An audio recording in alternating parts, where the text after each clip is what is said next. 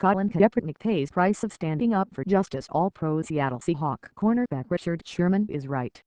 National Football League NFL owners are telling Colin Kaepernick, "Boy, stay in your place."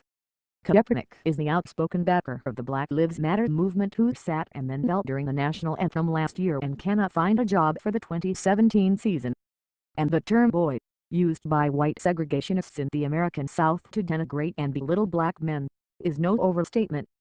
Team owners oversee a violent league with intense play that frequently inflicts lifelong brain injuries on players. NFL players, nearly 70% of them African American, are used by team owners and then discarded like unwanted property, often with broken bodies and minds, after less than 3 years on average. Reluctantly, the league has agreed to a $1 billion settlement that could pay off the most injured players with as much as $5 million for a tortured deterioration into dementia and suicidal depression. Similarly, returning U.S. troops face inadequate and inappropriate treatment for depression, suicide risk and post-traumatic stress disorder. But white fans who roar that Kaepernick is disrespecting the troops appear to have far less to say about the wars and their consequences for U.S. military forces, let alone for civilians in the invaded countries. No doubt players and fans love the game, but questions are fast emerging in the minds of both about the wisdom of involvement in the sport and the morals of cheering as minds and bodies are destroyed. The treatment of Kaepernick is apt to concentrate the minds of more players on the relative risks and rewards of football and how willing owners are to abuse players' bodies while discounting the substance of their views. A year ago, Kaepernick, then playing with the San Francisco 49ers, dared to protest during the national anthem, telling a journalist with vnmedia his views on police violence, "I am not going to stand up to show pride in a flag for a country that oppresses black people and people of color." He added, "To me, this is bigger than football and it would be selfish on my part to look the other way. There are bodies in the street and police getting paid leave and getting away with murder." Should the regular season begin on September 7 with Kaepernick still unsigned, player leaders will have important decisions to make about how to proceed. Questions to the NFL Players Association from the Electronic Intifada about Kaepernick's case went unanswered. Coward Seahawk defensive end Michael Bennett, who this off-season said he would not be used by the Israeli government in a planned propaganda trip to Israel, argued that Kaepernick's treatment shows the racial divide in the league. He added, "Racism is the biggest issue in America." Malcolm Jenkins, the safety with the Philadelphia Eagles who stood with fists raised during the national anthem last season, called the NFL teams cowards. Jenkins dismissed the argument that Kaepernick is no longer good enough to play in the NFL. "I think it's safe to throw out the talent argument, and basically focus on the fact that he doesn't have a job solely because he didn't stand for the anthem last year, even though he already expressed that he planned on standing this year." Kaepernick opted out of his contract with the 49ers in March, but has found no team willing to sign him to a new contract. Racism in the NFL. Meanwhile, teams have signed inferior quarterbacks, supercharging concerns of bias and even possible collusion. Serious questions are being put to the Baltimore Ravens and Miami Dolphins following injuries to their starting quarterbacks. Baltimore, of course, has been much in the news of late on account of the sort of police misconduct Kaepernick has highlighted. And some fans of the Dolphins along with Florida-based sports pundits have criticized Kaepernick over his views of Fidel Castro after the quarterback praised Cuba's investments in promoting literacy and universal health care, as opposed to incarceration, as well as Cuba's support for the fight against apartheid in South Africa. The Dolphins chose to replace their injured quarterback with Jay Cutler, who is widely regarded as a weaker quarterback than Kaepernick, albeit one who previously played for the Chicago Bears offensive coordinator Adam Gase, who is now the Dolphins head coach. Cutler's politics, in contrast to Kaepernick's, have proven to be no obstacle. "I'm happy with the results," Cutler said after last November's election. "I've supported Trump for a while. I'm not going to dive into it. I know it's a sensitive issue. I like where it's going." These are telling and prescient remarks from a white quarterback who would come out of retirement the following year to secure a one-year contract worth $10 million in a hateful political climate nurtured by a president who has repeatedly given nods to white supremacists and has bad-mouthed Kaepernick. But white supremacy is increasingly normalized in today's politics, the quarterback speaking out against racial injustice is perceived as a danger by too many NFL owners. Of course, it is not recalling ancient history to remember that this is a league that long stuck with white quarterbacks over African Americans. Black players were kept in what the New York Times' Michael Powell termed apartheid positions. 70% of the players in the NFL today are African American, yet discrimination remains the reality when one looks at the quarterback position and coaching ranks. Sending a message: team owners, who are almost exclusively white, are also sending a message to other players to be very cautious about speaking up about police abuses and other issues not in line with the perceived sensitivities of white fans.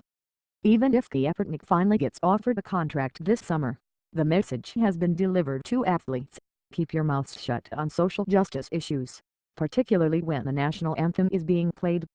Kaepernick is best known for his support of Black Lives Matter, but has wide-ranging social justice interests. For example, earlier this year he retweeted a message critical of Israeli apartheid. Though on a San Francisco team that struggled mightily throughout last season, which likely contributes to undercutting Kaepernick's perceived value, the quarterback's off-the-field work was enthusiastically received in many communities. As law professor Khaled Baydoun noted, Kaepernick held Know Your Rights camps for youth, pledged $1 million of his own money to nonprofits working against oppression and help fight famine in Somalia.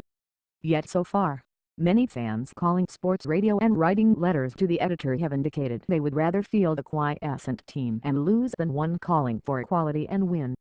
Racial attitudes had a notable relationship to white opposition to athletes' protests. Tadish M. Antetta, Brian Shatner and Matthew C. McWilliams wrote in the Washington Post in April. The three political scientists said their polling demonstrates a strong relationship between holding negative stereotypes of blacks and strong opposition to the protests. Powerful tradition: Kaepernick's calls for social justice and against police misconduct follow in the powerful tradition of athletes addressing important issues of the time. These protests have been fitful because of the powerful backlash they face. Mukama Barley, whose image can be seen emblazoned from time to time on a Kaepernick t-shirt, was one of the most famous of these protesters and paid a heavy price. Barley, a conscientious objector, was first stripped of his heavyweight title and then fined $10,000, banned from boxing for 3 years and sentenced to up to 5 years behind bars. He managed through appeal to stay out of prison. Barley's words from the time, however, live on. I ain't got no quarrel with them Viet Cong. A supporter of Palestinian rights, Barley, first debilitated by Parkinson's disease and now just a vibrant memory, is currently heralded by mainstream media that spoke against him half a century ago. Eminent sociologist Harry Edwards, who advised Kaepernick last season, said in May, Barley created a conversation. He added, when the world champion steps forward and says, no Viet Cong ever called me a expletive, and we have some issue we need to deal with here, not over there in the war that make no sense, it moved the discussion to another level. According to Edwards, Kaepernick similarly sparked the national conversation about race. Trump takes credit for all the talk of the American meritocracy. There is seeming satisfaction in Trump's America with white-balling a superior athlete on account of his upholding the rights of African Americans and other people of color. Even the president has not been silent on the case. Apparently peeved that Kaepernick dared to call the Republican presidential candidate openly racist at the time, Kaepernick also criticized Democratic presidential candidate Hillary Clinton for her racially charged super predator comment. Trump told the radio program that perhaps Kaepernick should find a country that works better for him. As president, Trump also played to the crowd by indicating NFL owners were afraid to sign Kaepernick lest they be on the receiving end of a Trump tweet. It was reported that NFL owners don't want to pick him up because they don't want to get a nasty tweet from Donald Trump. Do you believe that? As the crowd's roars of approval subside, Trump exults, I just saw that. I just saw that. Trump has not lacked for support from NFL owners.